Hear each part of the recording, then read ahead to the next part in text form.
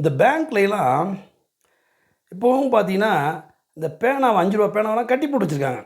இதெல்லாம் ரொம்ப old security லெவலுங்க இது. ஒரு காலத்தில பார்த்தோம்னா, பேங்க்ல கொள்ளையடிக்கிறவங்க துப்பாக்கி, கத்தி எல்லாம் தூக்கிட்டு வந்து பேங்க்ல மிரட்டுவாங்க. உதாரணத்துக்கு ஒரு 20 வருஷத்துக்கு முன்னால பொன்பரப்பின்னு ஒரு கிராமம். அங்க வந்து தமிழரசன்னு ஒருத்தர் குரூப், தீவிரவாத குரூப் வந்து கொள்ளையடிக்க வந்தாங்க. ஊர் மக்கள கட்டி போட்டு அவங்கள அடிச்சு கொன்னே போட்டாங்க. ஆனா, இன்னைக்கு லெவலே வேற. இந்த பேனா திருட்டுக்குலாம் யாரும் வரதில்ல. ஏன் பணத்தையே கொள்ளையடிக்க யாரும் நேரடியா வரதில்ல. மீறி போனா என்ன கிடைக்கும்? ரூ. 5,00,00,000 ரூ. 7,00,00,000 கிடைக்கும். ஆனா, இப்ப என்ன பண்றாங்க? நேரா கோட்டு, ஷூட்டு போட்டு வந்து உட்காந்து, பேசி, அழகா 1000,00,00,000, 2,000,00,00,000 அத வந்து ஒரே டைம்ல அள்ளிட்டு போ முடியுமா? வண்டியில கூட கொண்டு போ முடியாது. நீட்டா பேசி கொள்ளையடிச்சுட்டு கடைசியில நாட்ட விட்டே போயிடுறாங்க. இப்படி அப்டேட் ஆகணும்.